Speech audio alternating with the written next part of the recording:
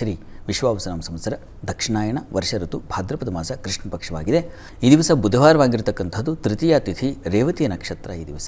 ಈ ದಿವಸ ಭಾದ್ರಪದ ಮಾಸದ ತೃತೀಯ ತಿಥಿ 3ನೇ ದಿವಸ, ಅದು ಕೃಷ್ಣ ಪಕ್ಷದ 3ನೇ ದಿವಸ. ಪಿತೃ ದೇವತೆಗಳ ಆರಾಧನೆಗೆ 3ನೇ ದಿವಸ, ಅಂದರೆ ತೃತೀಯ ದಿವಸ ಯಾರಾದರೂ ತೀರಿ ಹೋಗಿದ್ದರೆ ಅವರಿಗೆ ಈ ದಿವಸ ನಾವು ಸಮರ್ಪಣೆ ಕೃತಜ್ಞತೆಯನ್ನು ಸಲ್ಲಿಸ್ತಕ್ಕಂಥ ದಿವಸವಾಗಿದೆ. ಈ ತೃತೀಯ ದಿವಸ ಏನಾದರೂ ನೀವು ಈ ಹಿರಿಯರ ಕಾರ್ಯಗಳನ್ನು ಮಾಡಿದ್ರೆ ವರಾರ್ಥಾನಂ ತೃತೀಯಾಚ. ವರ ಅಂತಂದರೆ ಶ್ರೇಷ್ಠತೆ ಅಂತ, ಶ್ರೇಷ್ಠ ವಸ್ತುಗಳು. ನಮಗೆ ವಸ್ತುಗಳಲ್ಲಿ ಯಾವುದು ಶ್ರೇಷ್ಠ, ಯಾವುದು ಅಶ್ರೇಯಸ್ಸು, ಇವುಗಳ ಪರಿವಿಲ್ಲ ನಮಗೆ. ಒಟ್ಟು ನಾವು ಯಾವುದೋ ನಮಗೆ ಮನಸ್ಸಿಗೆ ಹಿಡಿಸಿದ್ದೆಲ್ಲ ಬೇಕು ಬೇಕು ಬೇಕು ಅನ್ನಿಸ್ತಾ ಇರುತ್ತೆ. ಹಾಗಲ್ಲ, ಶ್ರೇಯಸ್ಸು ಬೇರೆ, ಪ್ರೇಯಸ್ಸು ಬೇರೆ, ಎರಡು ವಿಭಾಗವನ್ನು ಭಗವದ್ಗೀತೆಯಲ್ಲಿ ಕೃಷ್ಣ ಹೇಳ್ತಾನೆ.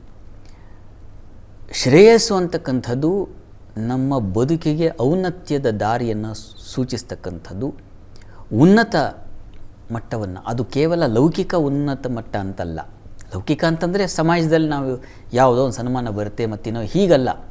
ಆಧ್ಯಾತ್ಮಿಕ ಔನ್ನತ್ಯ,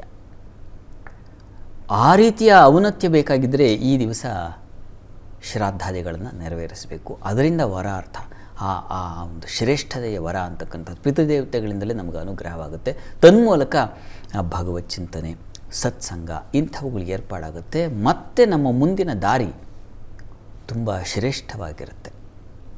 ಈ ರೀತಿಯಲ್ಲಿ ಈ ದಿವಸ ಒಂದು ಫಲವನ್ನು ಹೇಳಿದೆ. ಹೀಗಾಗಿ ಈ ದಿವಸ ತಪ್ಪದೆ ಹಿರಿಯರ ಸ್ಮರಣೆಯನ್ನು ಯಾವ ರೀತಿಯಲ್ಲಿ ಯಥೋಚಿತವಾಗಿ ನಿಮಗೆ ಯಾವುದು ಸುಲಭ ಅನಿಸುತ್ತೆ ಆ ರೀತಿಯಲ್ಲಿ ವಸ್ತುತಃ ತುಂಬ ಸರಳವಾಗಿ ಮಾಡ್ತಕ್ಕಂಥ ಪಿತೃಗಳ ಆರಾಧನೆಯನ್ನು ತುಂಬ ಸರಳವಾಗಿ ಹೇಗಪ್ಪ ಆಚರಿಸುವುದು ಅಂತಂದರೆ, ಯಾವುದನ್ನು ಆಹಾರವಾಗಿ ತಗೊಳ್ತೀವೋ, ಅವರು ತಗೊಳ್ತಾ ಇದ್ದರೋ ಅದನ್ನೇ ದಾನ ಮಾಡ್ತಕ್ಕಂಥದ್ದು. ಬಾಳೆ ಎಲೆಯಲ್ಲಿ ಹಾಕಿ ಅಷ್ಟನ್ನು ಅಥವಾ ಇನ್ನೂ ಒಂದು ರೀತಿಯಲ್ಲಿದೆ, ಅಕ್ಕಿ, ಬೇಳೆ, ಬೆಲ್ಲ ಇವುಗಳನ್ನು, ತರಕಾರಿಗಳನ್ನು, ವಸ್ತ್ರವನ್ನು, ಇವುಗಳನ್ನು ಯಾರಿಗೆ ಅಗತ್ಯ ಇದೆ ಅಂಥವರಿಗೆ, ಅಥವಾ ಯಾರು ಶ್ರೇಷ್ಠರು ಅನ್ನಿಸ್ತಾರೆ ಸದ್ಬ್ರಾಹ್ಮಣರನ್ನು ಕರೆದು ಕೊಡ್ತಕ್ಕಂಥದ್ದು. ಯಾರು ನಿಮಗೆ ಇವರು ಅನುಷ್ಠಾನಪರರು ಹೀಗೆ ಅನ್ನಿಸ್ತಾರೋ ಅಂಥವರಿಗೆ ನೀವು ಅದನ್ನು ಕೊಟ್ಟರೆ ನೋಡಿ, ಅದರಿಂದ ನಿಮ್ಮ ಪಿತೃಗಳ ಅನುಗ್ರಹವಾಗಿ ನಿಮಗೆ ಆಶೀರ್ವಾದ ಸಿಗುತ್ತೆ ಅಂತ. ಅಥವಾ ಶ್ರೀರಂಗಪಟ್ಟಣವೋ ಗೋಕರ್ಣವೋ ಇಂಥ ಕಡೆ ಹೋಗಿ ಕೂಡ ಈ ದಿವಸ ಶ್ರಾದ್ದಾದಿಗಳನ್ನು ಮಾಡ್ತಕ್ಕಂಥದ್ದು, ಅವರ ತರ್ಪಣಾದಿಗಳನ್ನು ಕೊಡ್ತಕ್ಕಂಥದ್ದು, ತಿಲತರ್ಪಣ ಇತ್ಯಾದಿಗಳನ್ನು ಕೊಡ್ತಕ್ಕಂಥದ್ದು, ಹೇಗೂ ಹಲವು ಬಗೆಗಳಲ್ಲಿದೆ. ನಿಮ್ಮ ಹತ್ತಿರದಲ್ಲಿ ನೀವು ಯಾರನ್ನು ನಚ್ಕೊಳ್ತೀರೋ ಅಂತಹ ಪುರೋಹಿತರ ಬಳಿ ಹೋಗಿ ಕೇಳಿಕೊಂಡು, ನೀವು ಮನೆತನದಿಂದ ಏನೇನು ಆಚರಿಸ್ಕೊಂಡು ಬಂದಿದ್ದೀರೋ ಆ ರೀತಿಯಲ್ಲಿ ಅಲ್ಲಿ ಶಾಸ್ತ್ರ ಮನೆ ವಸ್ತುತಃ 2 ದಾರಿ ಇದೆ ನಮಗೆ. ಒಂದು ಪರಂಪರೆ ಸಂಪ್ರದಾಯ ಅಂತಾರೆ ಅದನ್ನು, ಮತ್ತು ಇನ್ನೊಂದು ಶಾಸ್ತ್ರ. ಎರಡೂ ರೀತಿಯಲ್ಲೂ ಹೋಗಿ ಸೇರಬಹುದು.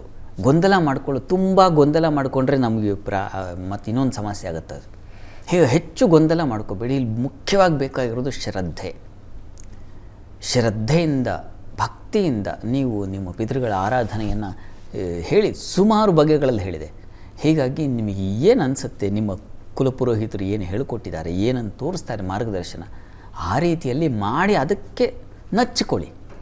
ಮತ್ತು ಇನ್ನು 20 ಕಡೆ ಕೇಳ್ಕೊಂಡು ಗೊಂದಲ ಮಾಡ್ಕೊಂಡು ಹೀಗೆ ಮಾಡಿ ತಪ್ಪ, ಇದು ಮಾಡಿ ಸರಿನಾ, ಅದು ತಪ್ಪ, ಈ ಥರ ಎಲ್ಲ ಗೊಂದಲ ಮಾಡ್ಕೊಂಡು ಹೋದರೆ ಈ ಮನಸ್ಸೆಲ್ಲ ಚರಂಡಿ ಆಗಿಬಿಡುತ್ತೆ.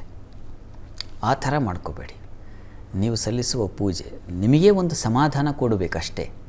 ನಮ್ಮ ಮನಸ್ಸಿಗೆ ಸಮಾಧಾನ ಕೊಟ್ಟಿಯಪ್ಪ, 4 ಜನಕ್ಕೆ ಹಂಚಿದ್ದೀನಿ, ಅನ್ನದಾನ ಮಾಡಿದ್ದೀನಿ, ಅದರಿಂದ ಅವರು ಸಂತೃಪ್ತರಾಗಿದ್ದಾರೆ ಅಂತ ನನ್ನ ಮನಸ್ಸಿಗೆ ಬಲವಾಗಿ ಅನಿಸಿದೆ, ಅಷ್ಟೇ ಸಾಕು. ಅದೇ ವಸ್ತುತಃ ಶ್ರಾದ್ದ. ನೀವು ಯಾರನ್ನು 25 ಲಕ್ಷ ಜನರ ಬಳಿ ತಿರುಗಾಡಿ ಬಂದರೂ ಇದೇ ಉತ್ತರವೇ. ಶ್ರದ್ಧೆ ಬೇಕು ಅಷ್ಟೇ.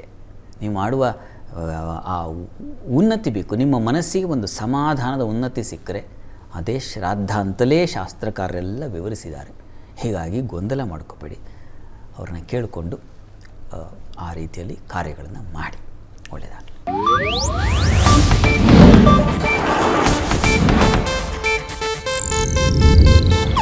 ಇದು ಏಷ್ಯಾನೆಟ್ ನ್ಯೂಸ್ ನೆಟ್ವರ್ಕ್ ಪ್ರಸ್ತುತಿ.